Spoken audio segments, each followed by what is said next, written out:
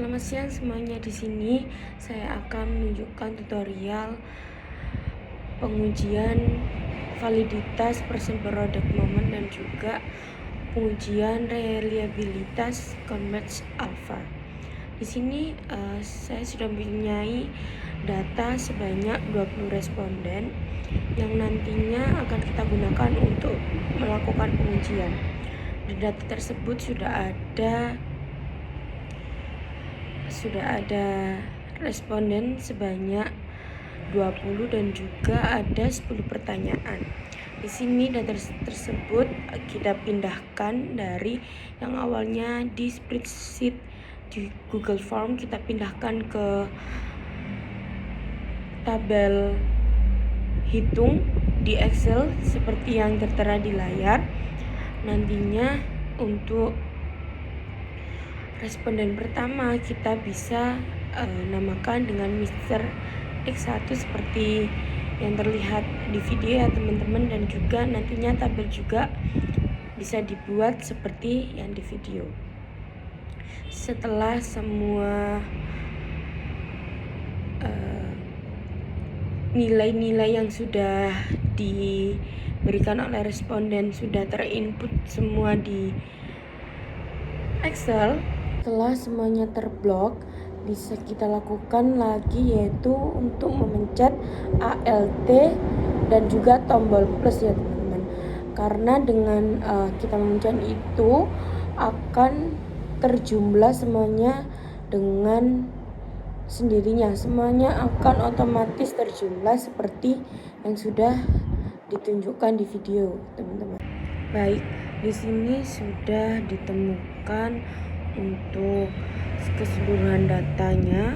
Setelah itu kita lanjutkan ke aplikasi SPSS. Untuk pengertian dari uji validitas person product moment sendiri, yaitu uji validitas ini berguna untuk mengetahui kevalidan atau keseriusan kuesioner yang digunakan oleh peneliti dalam mengukur atau memperoleh data penelitian dari responden. Untuk dasar pengambilan uji validitas person product moment sendiri, yaitu yang pertama dengan membandingkan nilai R hitung dengan R tabel. Jika nilai R hitung lebih besar dari R tabel, maka pernyataan tersebut dinyatakan valid, sedangkan sebaliknya jika nilai R hitung kurang dari R tabel, maka pernyataan berikut tidak valid. Seperti itu teman-teman. Untuk di uji validitas saya pada video kali ini, saya menggunakan N, yaitu responden sebanyak 20 responden pada signifikan 5% di distribusi nilai R tabel ini. Untuk mencari R tabel bisa search di Google atau Safari, nantinya bakal muncul untuk masing-masing R tabel. Di nilai R tabel saya pada kali ini yaitu sebesar 0,422 teman-teman, karena saya menggunakan responden 20 dan juga nilai signifikan 5%. Untuk dasar pengambilan uji validitas yang kedua, yaitu kita bisa melihat nilai signifikannya atau nilai sig ya teman-teman. Nilai sig akan valid apabila nilai sig kurang dari 0,05 atau sebaliknya ya teman-teman. Nilai sig akan tidak valid apabila melebihi dari 0,05. Baik, untuk tutorial pengujian validitas, kita kembali ke data tabel yang sudah kita miliki. Kita copy semuanya, lalu kita buka aplikasi SPSS lagi yang seperti yang ditunjukkan di video ini, lalu kita copy semuanya. Di situ data masih di belakang masih ada 0, dan juga masih terlihat berantakan ya teman-teman. Untuk judul di aplikasi ini juga masih berantakan ya teman-teman, masih var gitu. Untuk judulnya kita kembali ke variable view seperti di video untuk merubah nama dari pernyataan-pernyataan berikut. Kita bisa ketik name yang paling atas agar semuanya terblok ya teman-teman, seperti yang bisa dilihat di video. Lalu kita mengganti namanya dengan kita ketik, lalu kita pilih replace, lalu define, kita ketik untuk nama yang kita inginkan. Seperti contoh, untuk find kita isi dengan var huruf besar semua, 000, 0-nya 3 kali. Lalu untuk replace with kita isi dengan nama yang kita inginkan. Di sini saya mengisinya dengan Mr. MRX00.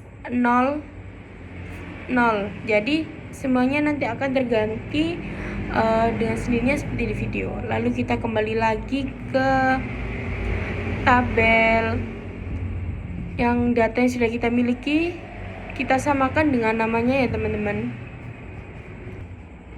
Untuk kolom terakhir yang terlihat seperti di video, kita ganti dengan total ya teman-teman. Yang isinya Mr. X11 kita ganti dengan total.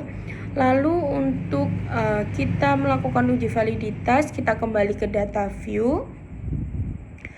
Lalu kita klik analyze. Sudah klik analyze bakal muncul seperti di video. Lalu kita pilih correlate.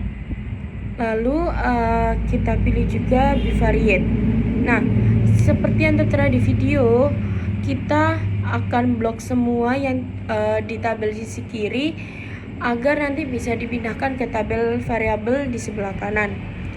Kita blok semua dari Mr. X1 sampai Mr. X10 seperti di video, lalu kita pindah ke sebelah kanan. Setelah itu kita pastikan correlation confidence-nya sudah tercentang yang persen, dan juga total-nya juga sudah terisi, dan juga flex signification correlation juga terisi.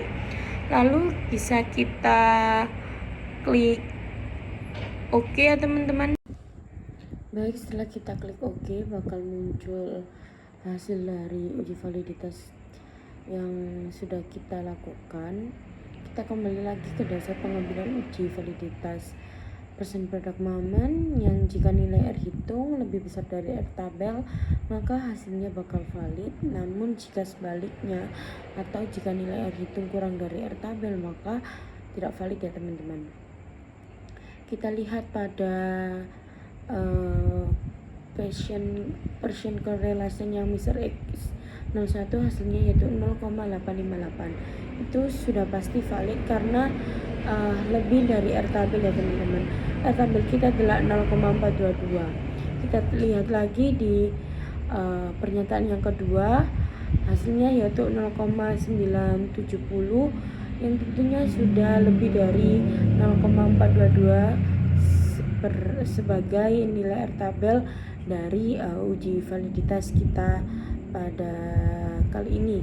Ini nantinya juga berfungsi pada pernyataan-pernyataan berikutnya juga.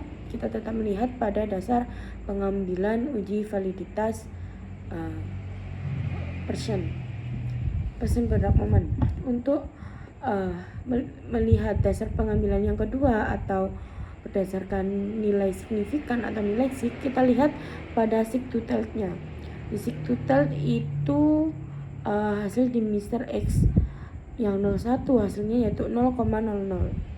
Nah, berarti nilai sig-nya tidak lebih dari 0,05, maka dinyatakan bahwa pernyataan berikut valid. Itu juga berlaku pada pernyataan-pernyataan di pernyataan-pernyataan selanjutnya seperti itu.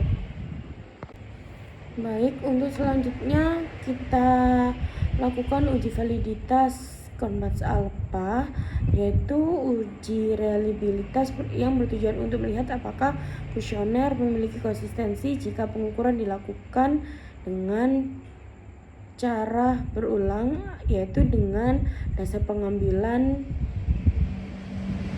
pada uji reliabilitas ini.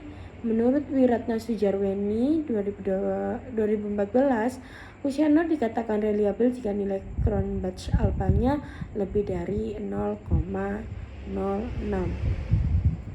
Baik, kita kembali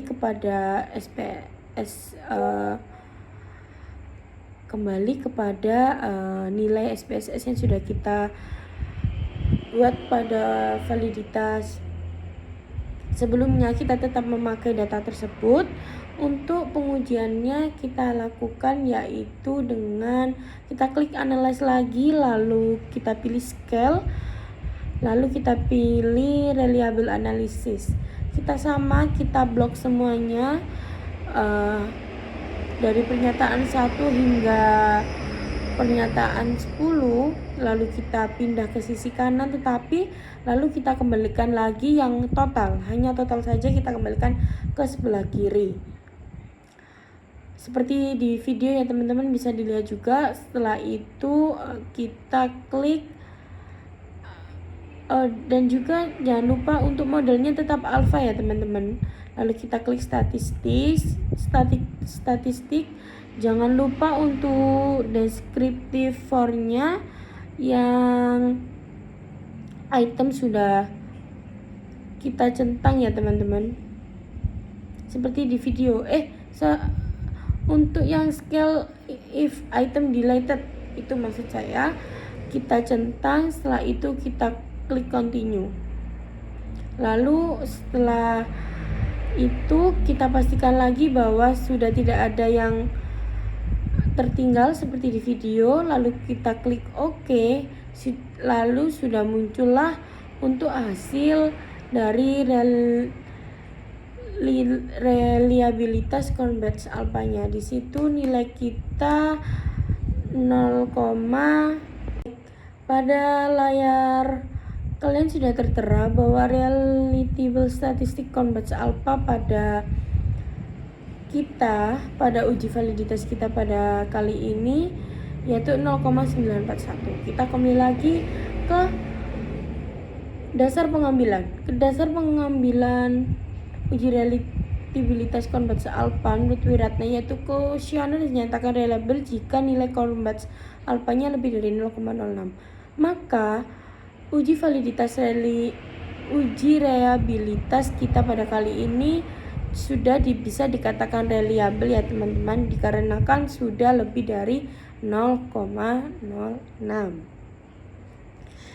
Baik, sekian dari video tutorial yang bisa saya sampaikan. Kita berikan kesimpulan bahwa tidak semua pernyataan-pernyataan itu bisa dikatakan valid dan juga reliable teman-teman. Jadi bisa saja beberapa pertanyaan mengalami ketidakseimbangan pengujian validitas. Ada yang bahkan hasilnya di bawah 0 atau bisa juga minus gitu ya teman-teman. Jadi tidak semua pengujian itu valid dan reliable.